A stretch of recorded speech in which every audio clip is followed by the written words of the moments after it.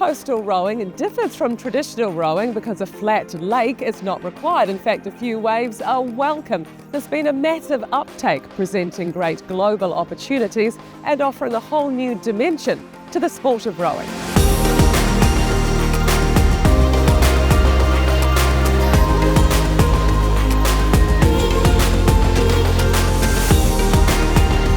So first of all, tell me about why is coastal rowing becoming so popular? There's a number of reasons. Cost, for sure.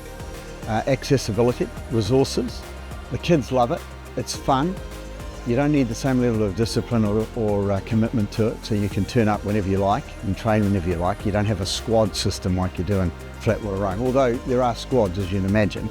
But the kids absolutely love it, Wendy. I mean, the party atmosphere is amazing, and when things get tight, like if the race is really close and the crowd from both sides start ramping things up, it's hilarious. It's brilliant.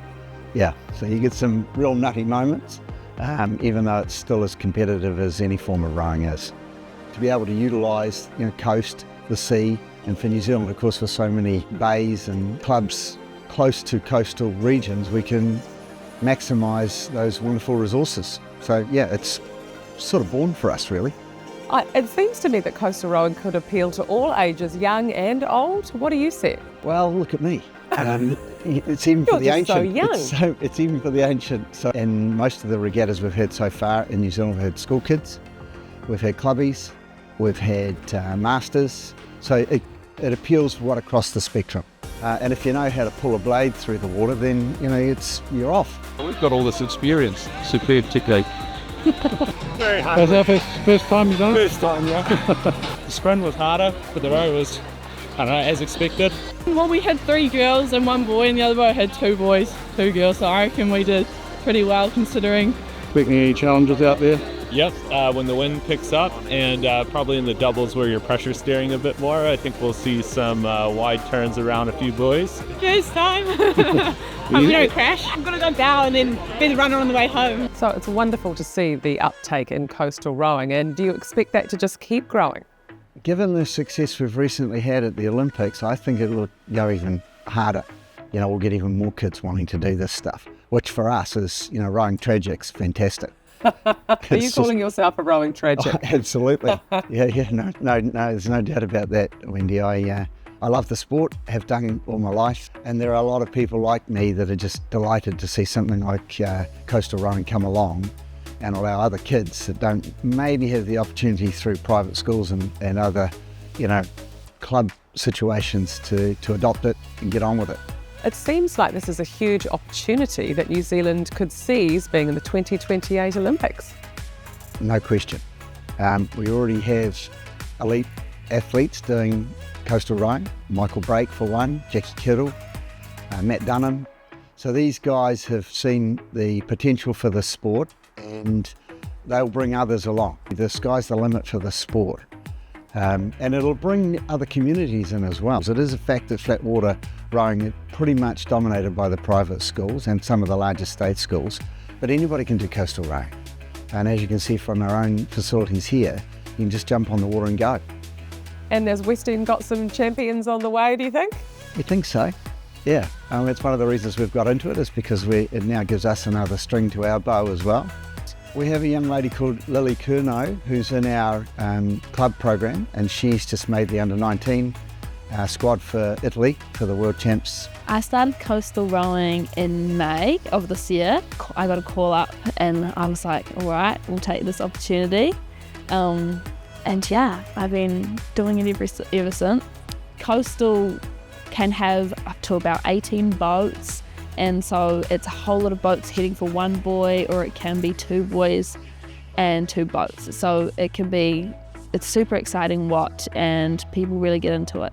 There's a 500 metre race, which obviously is very exciting because it's so short, but also with the longer coastal races, it's really exciting. Everyone's figuring out the waves, and you really need to prioritise your luck with the waves, and you're pretty much surfing at one point coming in, so very thrilling. Have you been taken out by a wave? I haven't yet, but definitely coming in when you have to time it perfectly and get your boat right on the bank of the sand before you slowly turn your body to sprint on out. Otherwise, you'll get doinked. But yeah.